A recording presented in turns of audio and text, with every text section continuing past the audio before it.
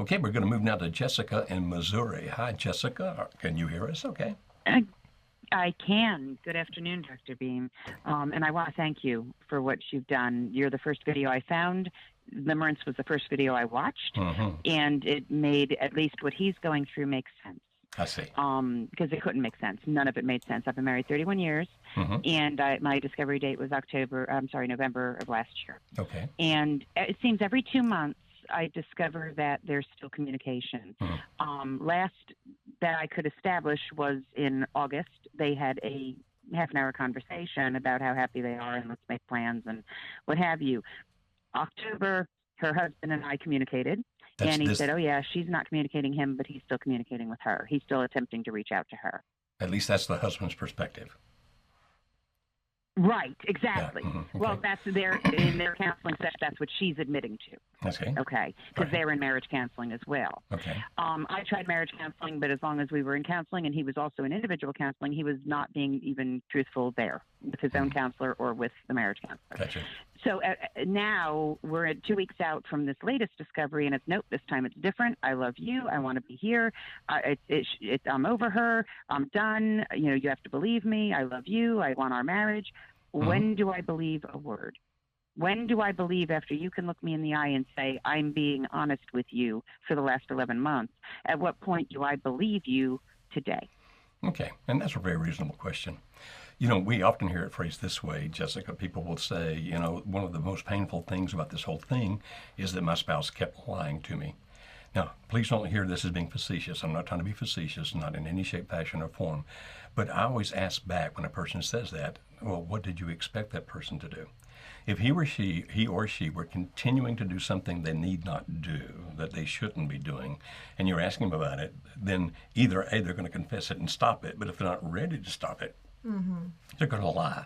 And so while it's not good, and I understand you're thinking that's terrible, why lie to me? That's the biggest pain in this, or at least a big pain in this. It's what people do. Now understand that if she really is not reciprocating, if indeed hubby is right, the other husband, and indeed she's not reciprocating, she's not contacting him, if that's the truth, then it won't be terribly long until this finally extinguishes itself. Because when it comes to limerence, how limerence ends, one of the ways it ends is that the other person stops reciprocating. They stop feeding back that emotion. And this person at first, if the other person doesn't reciprocate, so like if I'm in limerence with Sally Sue, and Sally Sue cuts all contact with me, in the short term, that actually intensifies what I do, which may be what was happening in those 11 months when he was still lying to you, that he intensified his behavior toward her because he was trying to get her to somehow change her mind and come back. That would be very, very typical. Now, at some point, though, that begins to wane. What I mean is if she continues to not really respond in the way that he wants, then eventually his limerence begins to fade. It starts going backwards and can eventually and will eventually end. So you say, well, should I keep believing him? Now, obviously, that's up to you. I mean, you have to make that decision. But in the situation you're describing, it sounds as if it's kind of typical.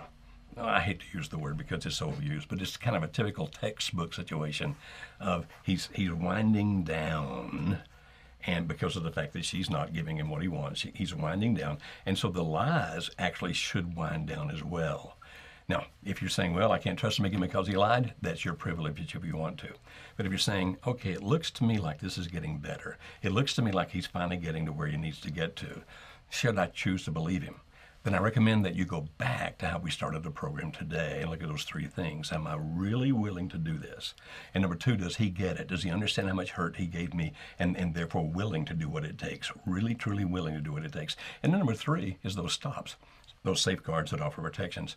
And in your particular case, it might be, I need some way to know that you're not having contact with her. So, and I'm just giving some examples now. This is where what Kimberly said earlier, one of our coaches could be better because he or she would listen, and after listening, help you understand what's the best. But it could be something like, I've got to have access to your cell phone, or I need access to your email, or I want to look at your Facebook page, or whatever it might be.